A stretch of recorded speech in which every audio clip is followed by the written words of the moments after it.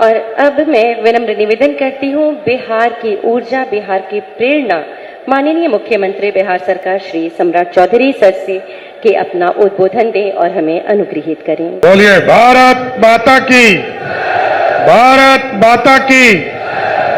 मगध की इस पावन धरती खिजरसराय के इस टेक्नोलॉजी सेंटर के शिलान्यास कार्यक्रम में भारत सरकार के माननीय मंत्री,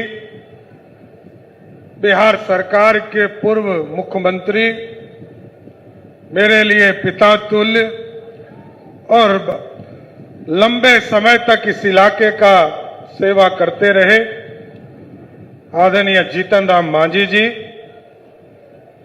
गया जी के माननीय विधायक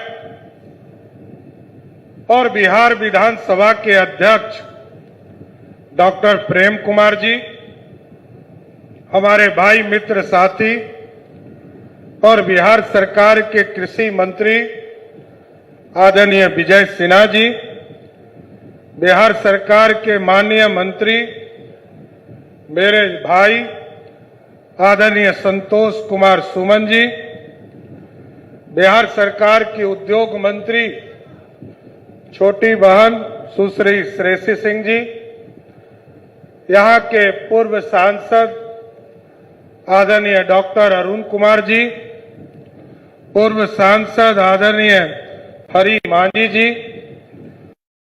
सांसद आदरणीय रामजी मांझी जी, यहाँ के लोकप्रिय विधायक रोमित कुमार जी, माननीय विधायक श्रीमती मनोरमा देवी जी, माननीय विधायक ज्योति मांझी जी, माननीय विधायक उपेंद्र प्रसाद जी, माननीय विधान परिषद के सदस्य जीवन कुमार जी, माननीय विधायक आदरणीय वीरेंद्र सिंह जी, माननीय विधान परिषद की सदस्य कुमुद वर्मा जी, जमुई जिला से चलकर आए माननीय विधायक प्रफुल्ल मांझी जी, इस मंच पर उपस्थित पूर्व विधान परिषद के सदस्य अनुज कुमार जी, बिहार सरकार के माननीय मुख्य सचिव प्रत्यय अमृत जी, डीजीपी बिहार विनय कुमार जी,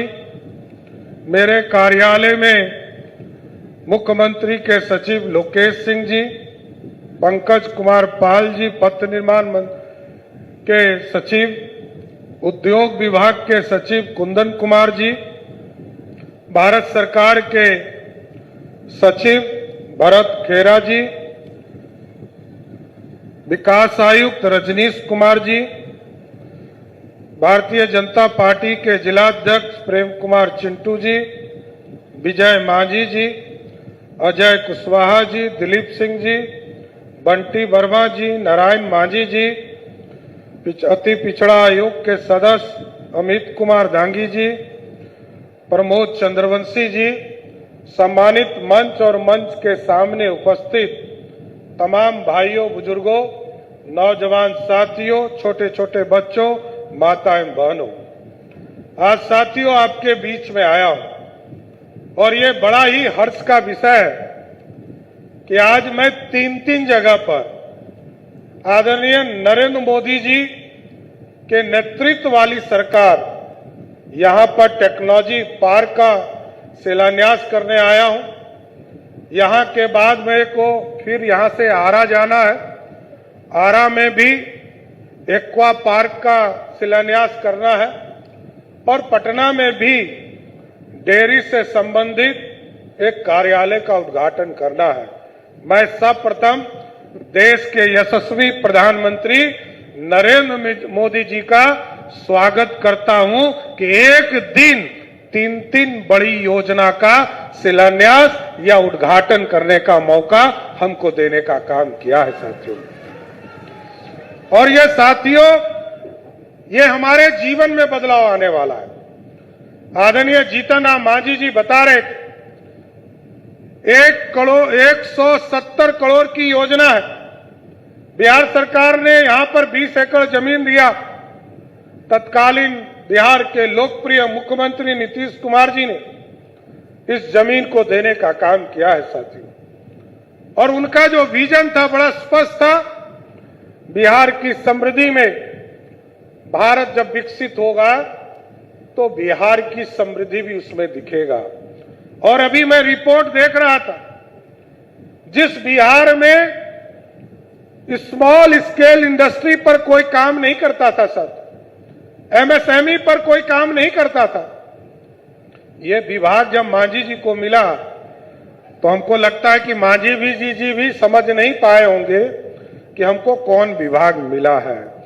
लेकिन आज मैं बताना चाहता हूं, अभी जो मैं रिपोर्ट देख रहा था एमएसएमई डिपार्टमेंट का, जिस बिहार में मात्र छोटे छोटे उद्योग 6 लाख लोगों इससे जुड़े थे, और अभी 4 साल में 2022 से लेकर 2026 तक आज इसमें 46 लाख इंडस्ट्री जुड़ गया और 1,87,00,000 लोग इससे सीधा रोजगार लेने का काम सिर्फ इस डिपार्टमेंट से कर रहे हैं साथियों।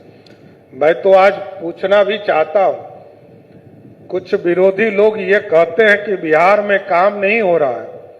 मैं तो सिर्फ एक डिपार्टमेंट से कहता हूं कि सिर्फ इनसे बहस कर लीजिएगा।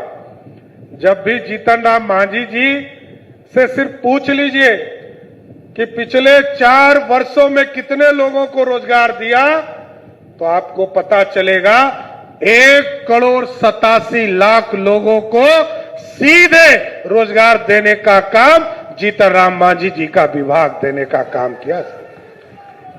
और यह बिहार बदलने का समय है साथियों। नीतीश जी ने 20 साल में बिहार के चौहद्दी का विकास किया है। गवर्नमेंट स्पॉन्सर्ड स्कीम को नीचे जमीन तक पहुंचाया, आपके घरों तक बिजली पहुंचाने का काम किया, सड़क पहुंचाने का काम किया, हमारी करोड़ों जीविका की बहनों को मुख्य धारा में लाने का काम किया है।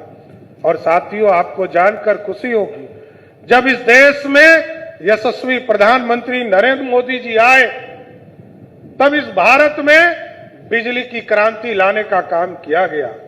आज पूरे देश में देखिए, सबसे ज्यादा बिजली देने वाला राज्य हम बिहार है, जहां बिहार में मात्र 17 लाख लोगों को बिजली कनेक्शन 2005 में हुआ करता था। आज बिहार में 2,22,00,000 लोगों को हम सीधे बिजली कनेक्शन देने का काम कर रहे हैं। और आज ऐतिहासिक दिन है। अब तो साथियों, हम लोगों ने कल से शुरुआत कर दिया, क्योंकि क्रांति तो बिजली सेक्टर में ही आया, सड़क सेक्टर में आया। कुछ लोग पूछते हैं कि बिहार में हुआ क्या, ये तो बताइए। मैं आप लोगों को बताना चाहता हूं, इस देश में सबसे सस्ता बिजली और सबसे ज्यादा निर्बाध बिजली कहीं पहुंचता है, वो बिहार की धरती है, जहां सबसे ज्यादा बिजली हम देने का काम करते हैं और सबसे सस्ता बिजली देते हैं। इसलिए साथियों, क्यों? क्योंकि 23,000 करोड़ रुपया का सब्सिडी मैं देता हूं। अभी तो 125 यूनिट पिछले साल आदरणीय तत्कालीन मुख्यमंत्री नीतीश कुमार जी ने पूरे बिहार के लोगों को देने का काम किया। कोई अमीर हो गरीब हो, सबको 125 यूनिट फ्री देने का काम किया। और कल मैंने एक योजना शुरू किया है, प्रधानमंत्री सूर्यघर योजना, और इसमें सीधा गरीब जो हमारी बहनें हैं, गरीब जो हमारे भाई हैं, उनके घर में हम बिजली के लिए सोलर युक्त बिजली लेने का काम करेंगे। और 125 यूनिट के बाद 126वां यूनिट जैसे ही आपके सोलर से प्रोड्यूस होकर आपके घर में आएगा, आपको पैसा भी देना हमारी सरकार शुरू कर देगी। जितना ज्यादा बिजली उत्पादन आपके सोलर में होगा, उतना पैसा आपके घर तक, आपके अकाउंट में पहुंचाने का काम बिहार की सरकार शुरू कर देगी साथियों। अब तो घरों में हम बिजली का एक तरह से, जिस तरह जीएसटी चालू हुआ था साथियों, तो पहले जीएसटी के पहले इस देश में कोई नहीं कहता था कि इस देश का गरीब का योगदान इस देश के इकोनॉमी में है।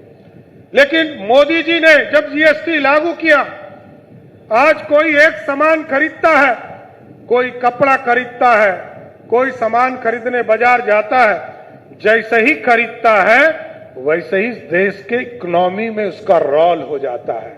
5% टैक्स देते हैं, 18% दो तरह का टैक्स देते हैं सर। और जब तक यूपीए की सरकार थी तो पहला टैक्स 31.5% से शुरू होता था साथियों, और बिहार जैसे गरीब प्रदेश में भी कोई इसका लाभ नहीं मिलता था। अभी आदरणीय जीतन राम मांझी जी बता रहे, इस इलाके की आबादी की चिंता करना, हम तो 14 करोड़ आबादी का प्रतिनिधित्व कर रहे हैं। आदरणीय मुख्यमंत्री जी रहे हैं, आप तो मुख्यमंत्री भी रहे हैं, और मैं आपके साथ मंत्री के तौर पर भी मैंने काम किया है। तो मैं जरूर आश्वस्त करता हूं कि इस बिहार के समृद्धि के लिए ये रास्ता खोलना है। और जितने काम छूट गए, मुख्यमंत्री नीतीश कुमार जी रहे, कई काम को आगे बढ़ाया, अब उसको और तेजी गति से बढ़ाना है साथियों। क्योंकि जब तक उद्योग और प्रशासनिक व्यवस्था को ठीक नहीं करेंगे, तब तक ये बिहार नहीं बदल सकता है। और प्रशासन के लोगों को मैंने स्पष्ट कहा कि अब सोने का समय खत्म हो गया साथियों, और इसलिए मैंने कहा सोने का समय खत्म हो गया क्योंकि 15 साल का गैप है दूसरे राज्यों से। 15 साल हम सोए रह गए, वो 15 साल यदि पूरा करना है तो 24 घंटा में 20 घंटा बिहार में लोगों को काम करना पड़ेगा। इसलिए मैंने कहा है, ना सोना है ना सोने देंगे किसी को, क्योंकि बिहार बदलना है। और बिहार तभी बदल सकता है क्योंकि भ्रष्टाचार को भी लड़ना है, और भ्रष्टाचार तभी खत्म होगा जब ना खाना है, ना मोदी जी ने कहा है ना खाना है, ना किसी को खाने देना है साथियों। ये पूरी व्यवस्था बदलनी है। और जिस तरह नीतीश कुमार जी ने CCC, क्राइम और कम्युनलिज्म के साथ साथ इस इलाके में जो करप्शन का मामला है, इसको पूरी तरह समाप्त करना है। और करप्शन तभी समाप्त होगा और जब क्राइम तभी समाप्त होगा जब हमारी सरकार, हमारे लोग जगकर काम करेंगे। इसलिए अपराधी, जब भी अपराधी चुनौती देता है तो मैं जरूर पुलिस के आला अधिकारी को तभी मैं फोन करता हूं साथियों। ऐसे कभी मैं किसी का पैरवी नहीं करता हूं, लेकिन जब कहीं पर भी पुलिस को कोई चैलेंज करता है तो मैं जरूर फोन कर कहता हूं कि इसका जवाब 48 घंटा में देने का काम कीजिए, क्योंकि बिहार में सुशासन चाहिए। और सुशासन तभी होगा जब अपराधी का या तो पिंडदान होते रहे गया जी में, या तो गया जी में जेल में बंद रखिए, क्योंकि इसके बिना बिहार अपराध मुक्त नहीं हो सकता। वैसे 80% से 90% अपराधी तो हमको लगता है बिहार छोड़ के भाग गया है, और नहीं है तो तनी एड्रेस बताते रहिए। ये दोनों इलाज बिहार की पुलिस करते रहेगी साथियों, ये जरूर आश्वस्त करना चाहते हैं। इसलिए साथियों, आदरणीय मांझी जी ने कई बातें रखा है, लेकिन टेक्नोलॉजी सेंटर के साथ साथ बिहार में कई चीजों की शुरुआत हमने किया है। अभी लगातार आप देखते होंगे, कल फिर सहयोग कार्यक्रम हमारा 3 दिन चलेगा, 16, 17 और 18 3 दिन लगातार सहयोग कार्यक्रम पहले पंचायत में चलेगा, फिर 2 दिन प्रखंड में स्थापित किया जाएगा। और इसमें स्पष्ट संदेश है कि कोई यदि आवेदन देता है तो उसको इफ और बट नहीं करना है। अब सीधा आवेदन आप देंगे, 10 दिन तक यदि आपका उसने ऑर्डर नहीं किया तो 11वें दिन उसको एक नोटिस चला जाएगा। दूसरी बार यदि 20 दिन में उसने काम आपका पूरा नहीं किया तो 21वें दिन दूसरा नोटिस चला जाएगा, और यदि 25 दिन में उसने काम नहीं किया तो तीसरा नोटिस जाएगा, और 30 दिन में काम नहीं किया तो फिर नोटिस नहीं जाएगा, उसको निलंबित करने का काम, सस्पेंड करने का ऑर्डर जाएगा। और इसलिए मैंने सभी विभाग को कहा है कि आम लोगों को दिक्कत नहीं हो, उसकी चिंता कीजिए। अभी मैं उद्योग मंत्री जी को धन्यवाद देता हूं। इन लोगों ने एक व्यवस्था खड़ा किया बिहार में उद्योग लगाने में। कभी फॉरेस्ट का क्लियरेंस, कभी बिजली का क्लियरेंस, कभी फायर का क्लियरेंस, कहीं पर नगर विकास, कहीं पे पंचायत राज, सबके क्लियरेंस लेते लेते 6 महीना 7 महीना लग जाता था। हम लोगों ने कहा कि जिस दिन आवेदन डालिए और 30 दिन में यदि आपने ऑर्डर नहीं किया तो 31वां दिन उसको परमिट मुख्यमंत्री के आदेश से सीधा देने का काम उद्योग के लिए करने का काम करेंगे सर। इसलिए साथियों, सब चीज आसान करना है। हम किसके लिए काम कर रहे हैं? हम बिहार की जनता के लिए काम कर रहे हैं। मोदी जी का सपना तभी पूरा होगा, विकसित भारत तभी पूरा होगा, समृद्ध बिहार तभी बनेगा जब आम लोगों के चेहरे पर खुशहाली होगी, उनके जीवन में आर्थिक रूप से समृद्धि का रास्ता खुलेगा। इन चीजों को भी आगे बढ़ाना है। हमारी बहनों को मैं देखता था, कई चीजों के लिए चिंता करती थी, और याद करता हूं जब महिला संवाद कार्यक्रम चल रहा तो कई लोगों ने चिंता किया कि वृद्धा पेंशन नहीं मिलता है, समय से नहीं मिलता है, विकलांग पेंशन नहीं मिलता है, वृद्धजन को पेंशन नहीं मिलता है, बिजली के लिए 125 यूनिट का आइडिया भी वहीं से आया साथियों। तो हम लोगों ने तय किया कि अब जितने भी योजना है, जितने भी पेंशन है, उसके लिए 10 तारीख हम लोगों ने फिक्स कर दिया है। जिस भी पेंशनधारी को पेंशन मिलना है, मैं आपको स्पष्ट बताना चाहता हूं, 10 तारीख, महीने के 10 तारीख को सभी के खाते में सीधा उनके अकाउंट में पेंशन देने का काम मोदी जी और बिहार की सरकार करने जा रही है सर। इसलिए किसी को दिक्कत नहीं होगा। हमारी हजारों लाखों बहनों, 1 करोड़ 81 लाख बहनों के खाते में हम लोगों ने 10-10 हजार रुपया का इंस्टॉलमेंट देने का काम किया है। अब हम इसको आगे बढ़ा रहे हैं। लगभग 20 लाख से अधिक बहनों को चिन्हित किया जा रहा है, जो दूसरा इंस्टॉलमेंट देने का काम शुरू किया जाएगा। आदरणीय प्रधानमंत्री जी या आदरणीय गृह मंत्री जी अगले महीने आएंगे, और हम लोगों ने तय किया है कि जिस दिन वो आएंगे उसी दिन बिहार की जितनी बची हुई बहनें हैं सबके खाते में उनको 10-10 हजार रुपया, और जिसने उससे अधिक काम कर लिया उसको 20-20 हजार रुपया देने का काम बिहार की सरकार करने जा रही है साथ। इसलिए सबका साथ और सबके विकास के सपने को आगे बढ़ाना, न्याय के साथ विकास को आगे ले जाना है। और अभी हमने कहा है स्कूल को अच्छा करना है, और अच्छा स्कूल कैसा करना है? सभी प्रखंड, जिस प्रखंड में डिग्री कॉलेज नहीं है वैसे जगह पर 211 जगह पर डिग्री कॉलेज खोल रहे हैं।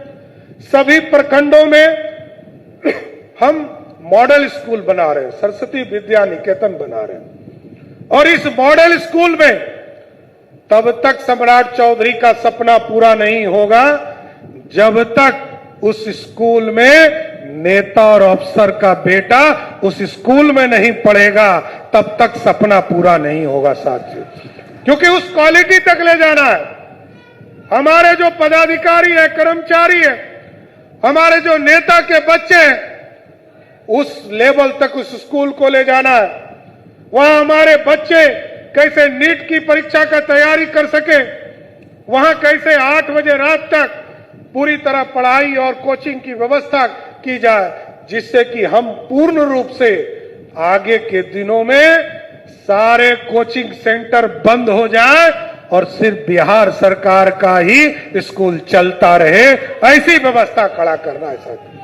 इसलिए साथियों मैं तो धन्यवाद देता हूं आदरणीय जीतन राम मांझी जी को, रोमित जी को, संतोष सुमन जी को। मांझी जी का ये क्षेत्र नहीं है, ये मैं पता है मैं। यहाँ के सांसद तो सुरेंद्र जी हैं, मैंने उनको भी सूचना दिया था कि आना चाहिए। ये उनके क्षेत्र में मांझी जी अपना स्कीम दे रहे हैं। इनका क्षेत्र तो बगल में गया जी है, गया जी के लिए भी अलग से सेंटर ही देंगे जरूर, हमें उम्मीद है।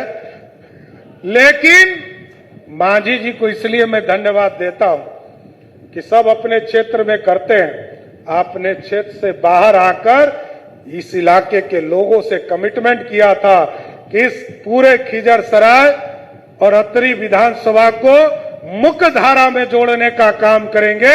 हम जरूर आश्वस्त करते हैं आपको। मां सीता ने श्राप दिया था फल्गु नदी को। मैं तो भगवान राम का पुत्र हूं, भगवान राम का वंशज लवकुश हूं, ये जरूर आश्वस्त करता हूं, इस श्राप से भी इसको वापस खत्म करने का काम करूंगा। और आपने कहा है इंद्रपुरी जलाशय से, सोन नदी से और बरनार समझौता जो हम लोगों ने मध्य प्रदेश, उत्तर प्रदेश और झारखंड के साथ किया है, इसके पानी को हर हालत में फल्गु नदी में लाने का काम का प्रयास शुरू करूंगा, इसमें कहीं दो मत नहीं। और जहां तक आपने कहा है खेल स्टेडियम बनाने के लिए, हम तो तैयार बैठे हैं। मैं तो खिलाड़ी आदमी हूं, क्रिकेट खेलता रहा हूं। 30 से 35 एकड़ में एक स्टेडियम बन जाता है। आप जिस दिन कहिएगा, खेल मंत्री जी यहां बैठी हैं, जिस दिन आप कहिएगा 40 एकड़ जमीन बिहार सरकार आपको देगा। भारत सरकार और सीएसआर की कुछ ऐसी व्यवस्था खड़ा कीजिए जिससे कि यहां पर अंतर्राष्ट्रीय स्तर का स्टेडियम बन सके। ये सपना हम लोग जरूर आपका पूरा करना चाहते हैं। इसलिए जिन चीजों के लिए खिजरसराय तरसता हो, उसको, उस सपने को ही पूरा करना है। बिहार की समृद्धि, बिहार को आगे बढ़ाना और विकसित भारत तभी सपना पूरा हो पाएगा साथियों जब ये बिहार बदलेगा। 14 करोड़ बिहारी हम हैं और 14 करोड़ बिहारियों में से लगभग 1 करोड़ से कम आबादी हमारा पूरे देश में फैला हुआ है। हम दुनिया को बनाया है हमने। मुंबई चले जाइए, चेन्नई चले जाइए, दिल्ली चले जाइए, जिस इलाके में देखिएगा टॉप पे भी हम ही हैं, बॉटम में भी हम ही हैं। वहां के सबसे बड़े पदाधिकारी भी हमारे होंगे और बॉटम में जो कर्मचारी होगा वो भी बिहारी होगा। अब ये समय आ गया। मैं जरूर आह्वान करता हूं इस खिजरसराय की धरती से, गया जी जो मुक्ति का धरती है, कि अब पूरे बिहार से जो बाहर गए वो अब लौट कर बिहार आइए।